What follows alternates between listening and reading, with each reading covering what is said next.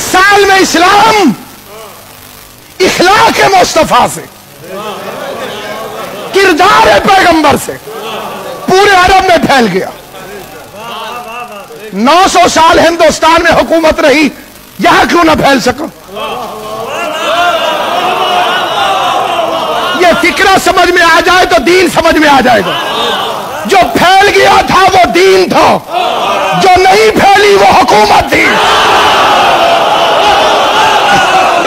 جو اسلام کے پاکیزہ دامن پر دہشت گردی کے دھبے لگائے جا رہے ہیں، انہیں صاف کرنا ہو تو اماموں والا اسلام بتاؤ، مظلوموں والا اسلام بتاؤ، بادشاہوں والا اسلام مت بتاؤ، کیونکہ اسلام میں 2 کردار آپ کو نظر آئیں گے۔ ایک وہ کہ جو اسلام پہ وقت پڑے تو آگے آگے کھڑے ہو جاتے، اور ایک وہ کہ جب ان پر وقت پڑے تو اسلام کو آگے کھڑا کر دیتے۔ خدا کی قسم ان 2 فکروں میں پوری تاریخ ہے۔ آل محمد اس لیے لہو لہان ہیں کہ انہوں نے اسلام پہ ہونے والے وار اپنے آپ پر روکے، اور اسلام اس لیے لہو لہان ہے کہ بادشاہ اسلام کے پیچھے چھپ گئے۔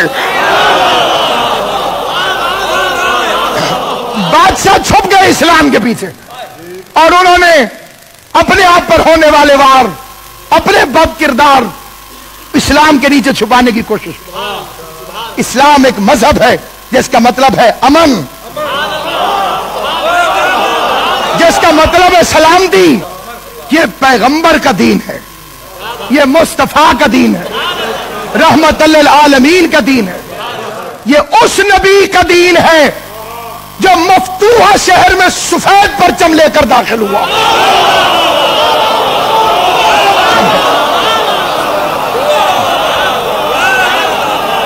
مکہ فتح ہو چکا تھا، مکہ فتح ہو چکا تھا۔ وہ وہاں پر اپنے چچا داد بھائی کے قاتل کو نہیں ڈھونڈ رہا تھا، اس کی نگاہیں جگر چبانے والی کو تلاش نہیں کر رہی تھی۔ کچھ آوازیں اٹھ رہی تھی کہ آج بدلہ لینے کا دن ہے، اور وہ بار بار فرما رہا تھا آج معاف کر دینے کا دن ہے۔ اور جب داخل ہوئے تو اب اعلان سنیے، یہ ہے پیغمبر امن جو آ کے اعلان فرماتے ہیں کہ جو دروازہ بند کر لے امان ہے، جو خانہ کعبہ میں آ جائے امان ہے، اور جو ابو سفیان کے گھر چلا جائے امان ہے۔ طاقت میں ہے لیکن یہ اعلان ہے۔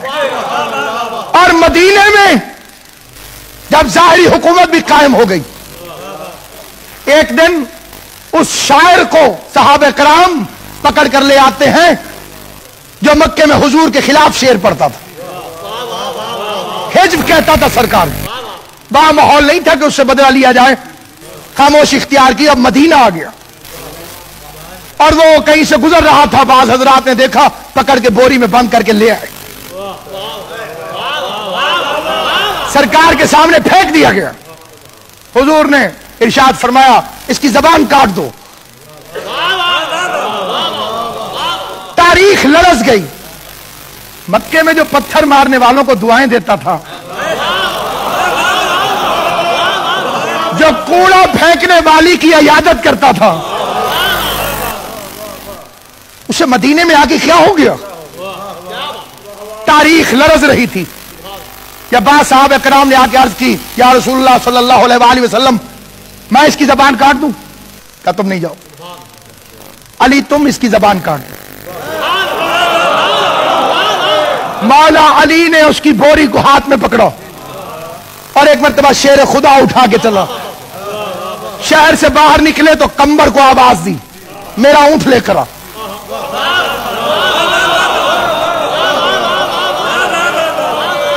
اونٹ آ گیا، مولا نے اونٹ کو کھولا، تماشا دیکھنے والے کھڑے تھے۔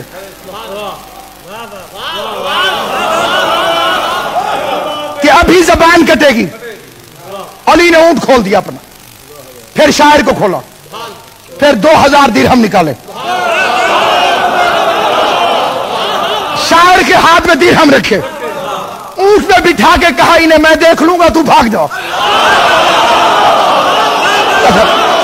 اب ان سے پوچھئے کہ جو تماشا دیکھنے آئے تھے اور کچھ بھی دیکھنے کو نہ ملا,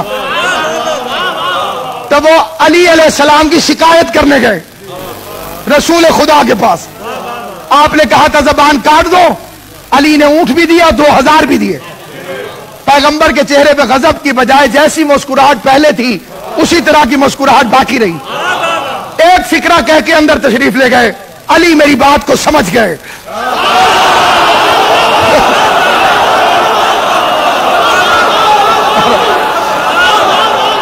علی میری بات کو سمجھ گئے, تمہاری سمجھ میں میری بات نہیں آئی. لوگ پریشانی کے عالم, پیغمبر کے چہرے پہ جیسا تبسم تھا ویسا تبسم رہا. مسکرا کے فرمایا علی میری بات سمجھ گئے, تم میری بات نہیں سمجھے.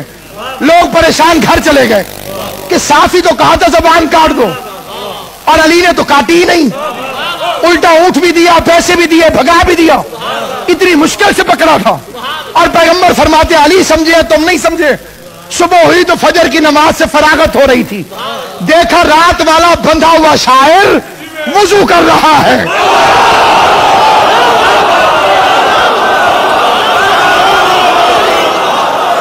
اور اس نے آ کے حضرت محمد مصطفیٰ صلی اللہ علیہ وسلم کے پاؤں چومے, اور پاؤں چوم کر ایک پرچہ اس نے جیب سے نکالا, کہنے لگا آپ کی شان میں نعت لے کر آیا ہوں.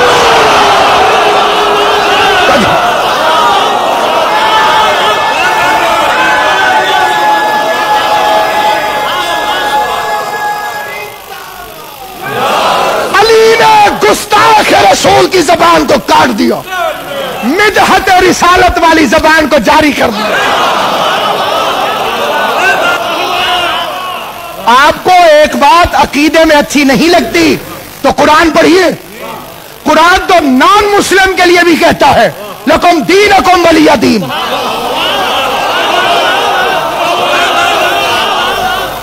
تمہارا دین تمہارے لیے, ہمارا دین ہمارے لیے. جہاں زبردستی تو نہیں چلے. لا اکراہ فی الدین قد تبین الرشد من الغی. ہم نے ہدایت اور گمراہی کو کھول کھول کے بیان کر دی.